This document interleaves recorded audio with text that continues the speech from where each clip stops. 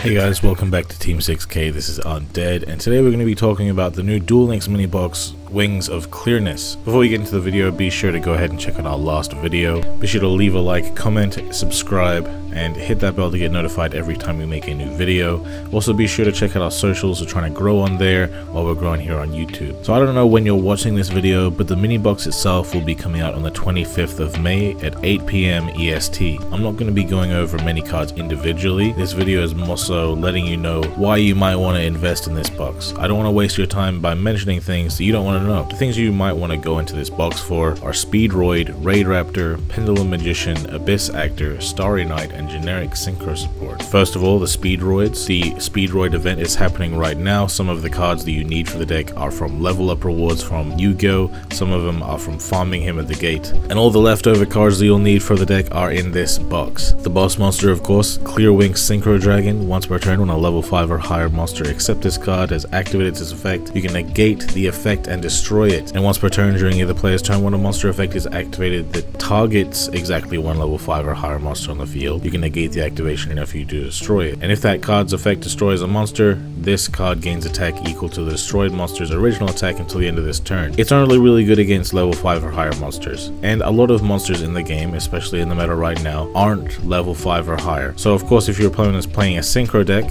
fantastic. This guy's going to be very helpful against that. But Xyz don't have levels, and Links don't have levels, and a lot of the decks play those, so many of them aren't going to be affected by this. However, the deck can use this to synchro climb into Crystal Wing Synchro Dragon that can negate any monster's effect. And Crystal Wing Synchro Dragon is going to be released at the exact same time as this box in his own bundle, so that we can only play one copy of him. And it requires a non-tuner synchro and any other tuner. And the Speedroid skill will help you to fulfill that, because if you control this, they'll basically give you a level 1 tuner, so you can just go into that easily. So you're going to need to play this if you're going to play Speedroids, but you could also play it optionally if you wanted to play an anti-synchro card in your synchro deck without hampering your own ability to synchro summon. They also got Win the Wind Channeler. You can discard this card and one other wind monster, add a wind monster with 1500 or less defense from deck to hand, except for another copy of itself. Also, you cannot activate monster effects the rest of this turn except wind monsters. And when a wind monster you control is destroyed by battle while this card is in your hand, you can special summon this card, and you can only use each effect of Win once per turn. So one of the very important starters in the Speedroid deck is Speedroid Terratop, and we only have one copy of him, so having Win basically gives us 3 more copies of it as long as we discard another Wind monster, which isn't going to be so difficult in a deck like Speedroids, which is all Wind monsters. We also got the extender and like pseudo starter Speedroid Takatomborg. If you control a Wind monster, you can special summon this card from your hand, so that's where the extension part is. But also, you contribute this card, special summon a Speedroid tuner monster from deck, and you cannot special summon monsters for the rest of the turn except wind monsters, and you can only special summon them once per turn. So this guy's not only an extender, but gives you any tuner you want. Of course, mainly you're going to be going for red-eyed dice, which can alter the level of your other monster, allowing you to go into whatever synchro you want to go into. So having the Takatomborg, especially to search off of the Terratop, is going to be fantastic. We also get High Speedroid Chanbara. Basically, this guy gets to attack twice, and at the start of the damage step, he gains 200 attack. In combination with one of the other Speedroid cards, this guy can get to a pretty big stat line, meaning that if he's attacking twice, it's probably going to be for game. So it's a fantastic follow-up play. The box also has a bunch of Speedroid reprints, so you're probably not going to have to go into that really old Speedroid box. So they're making it really convenient for Speedroid players. Some people are really underwhelmed with the amount of Speedroid support in this box, but in my opinion, we got Win, and in my opinion, a win is a win. A win is a win. A win is a win. I don't care what y'all say, a win is a win. The next archetype that is worth looking at in this box is Raidraptors. Raidraptors isn't doing so great right now.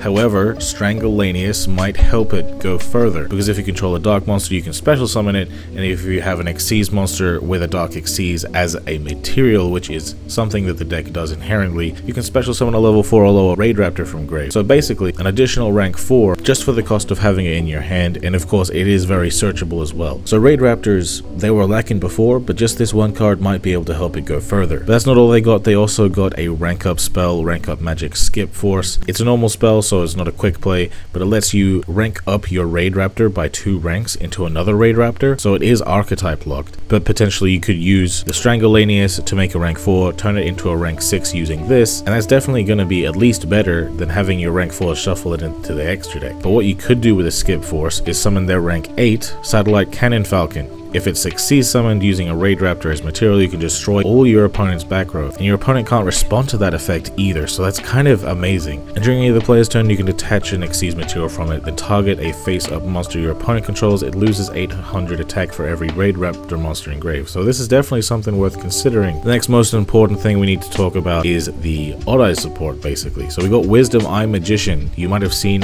my advanced guide on Odd Eyes.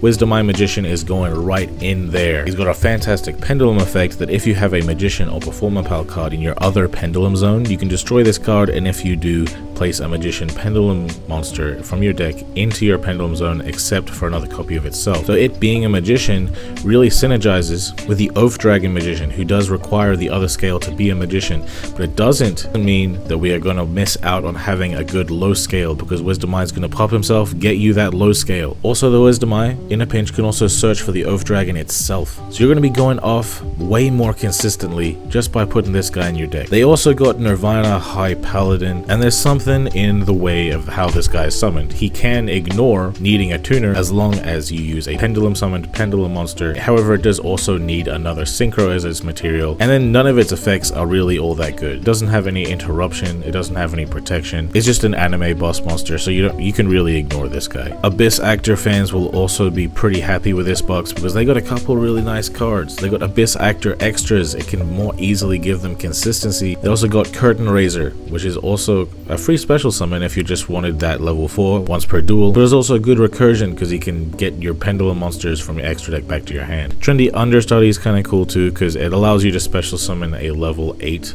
Abyss Actor without needing to pendulum summon it. So you know, maybe your pendulum summon gets interrupted but you want to keep going. The Understudy could help you do that potentially. It might not be good enough, but it is something to at least take into consideration. Something I think that none of us expected was Starry Knight support. This box gave us a couple of Starry Knight cards.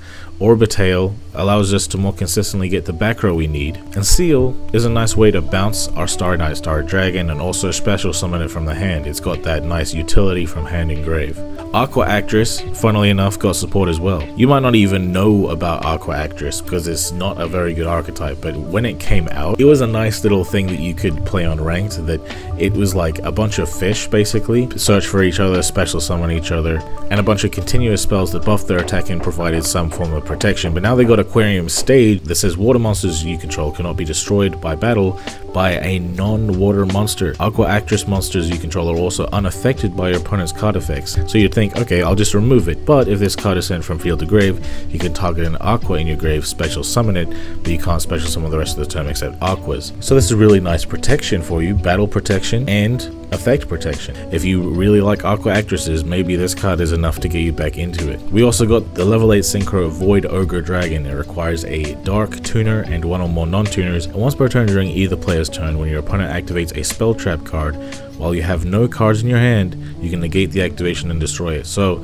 it's not fully generic, it does require a Dark Tuner. However, the more Synchro decks you look at, the more Dark Tuners we really have. So if you can summon a level 8 and you have a Dark Tuner in your deck, like Synchrons for example, then you can summon this, negate back row, as long as you got no cards in your hand. And this is actually a boon for Synchro decks. Synchro decks have been waiting for negation, the likes of which Xyz have had for a long time. But now not only do we get Void Ogre Dragon, but we also have Crystal Wing Synchro Dragon. It is in this box, however it requires a Synchro, a non-tuner Synchro, and any other tuner. It's a level 8, and if your opponent activates a monster effect, you get to just negate it, and then if you destroy it, you gain that attack as well. So we got Crystal Wing and Void Ogre Dragon. Synchro decks are eating well, bro. If there's something I haven't mentioned, it's because I feel like you probably don't need to know about it because it's not that good, or because it's something that would be better suited to an advanced guide video. At the end of the day, this video is just giving you the basic information about what is in this box to more easily help you decide if you want to go into it. But yeah, let me know how you guys feel about this box in the comments. If you have any questions or any requests, leave them in the comments and we can talk about it. Like the video if you like the video, subscribe if you're new around here, hit that bell to get notified every time we make a new video. And I've been Undead from Team 6K, signing out. Wait, hey, I feel like the greatest. Now I feel like they hate it. Now I feel like the only one and there is no debating. Man, I feel like they leaving. Now I feel like they waited. Now I feel like this is the feeling before I can make it. Before I hit the stage, I just feel like I'm nauseous. Or I feel like I'm popping. Or I feel like a boss is. Maybe I'm feeling off it. Or I feel like I'm toxic. toxic. Maybe feeling intoxicated is the reason for all this. I wanna whip it with the top down, dog, like I'm Earth Gang. Told him, listen, wild day shine like my first name. Told me go and grab a titty boy, it's my first chain. I ain't even switch gears yet, it's the first lane. The first pain I ever felt was the worst pain. Then church came, and that feeling of hurt came. Then her name made this feeling all worth pain. She made me realize what I had felt in the first place.